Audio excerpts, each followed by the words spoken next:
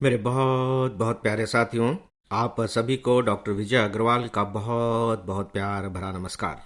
Friends, आज मैं आप सबसे अपनी बात एक नए अंदाज में पेश करने जा रहा हूं, और वह अंदाज यह है कि मैं अपनी लिखी एक लघु कथा आप लोगों को सुना रहा हूं।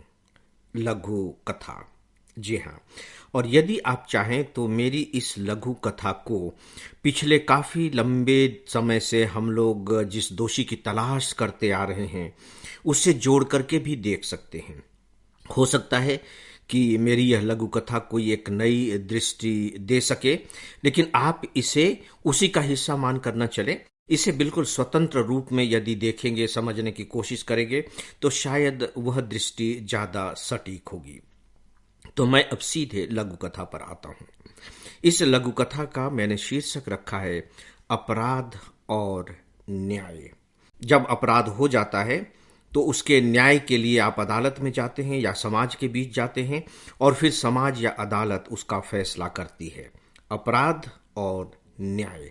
अपराध करने वाला अपराधी कहलाता है, लेकिन तब तक नहीं जब तक कि उसका अपराध सिद्ध न हो जाए, और वह अपराधी है या नहीं इसका फैसला समाज या न्यायालय करती हैं। तो दोस्तों, अब सीधे सीधे लघु कथा पर आते हैं। ध्यान से सुनिएगा। राजा ने निर्णय लिया कि बुद्ध पूर्णिमा की रात को उन बंदियों को जेल के प्रांगण में खुला छोड़ दिया जाएगा जो अलग अलग काल कोठरियों में कैद हैं। काल कोठरियों में कैद है। देखिए, सामान्य सजा नहीं है, उन्हें काल कोठरियों में कैद कर दिया गया है। इसके फलस्वरूप चांदनी रात में 4 कैदी आपस में मिले। लंबे अरसे के बाद उन लोगों ने किसी आदमी से बात करने का अवसर पाया था। उन लोगों ने निश्चय किया कि सबसे पहले प्रत्येक कैदी अपने अपने जुर्म बयान करेगा। पहला कैदी बोला, मैं मंत्री की लड़की से प्रेम करता था। लड़की भी मुझसे प्रेम करती थी। यह बात मंत्री को मालूम हो गई और प्रेम करने के आरोप में मैं कैद खाने में डाल दिया गया। दूसरा कैदी बोला, जब से मुझे पता लगा कि मेरी मां अपना शरीर बेचने का धंधा करती है, तब से ही मैं सभी स्त्रियों से घृणा करने लगा। यहां तक कि मैं राजा और मंत्री की लड़की से भी घृणा करता था। यह बात राजा को ज्ञात हो गई और घृणा करने के आरोप में मैं कैद में डाल दिया गया। तीसरा कैदी बोला, मैं अपनी प्रेमिका को बेहद चाहता था। वह भी मुझे बहुत चाहती थी, लेकिन न जाने क्या हुआ कि उसने मुझे धोखा देकर दूसरे से शादी कर ली। उसके बाद से मैं विक्षिप्त सा हो गया। एक दिन मैंने सोचा कि मुझे उसकी हत्या कर देनी चाहिए।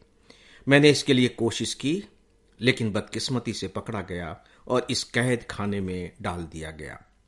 तीसरे कैदी की बात सुनकर चौथा थोड़ा चौंक उठा।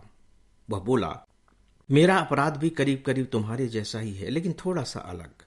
मैं अपनी प्रेमिका को बेहद चाहता था।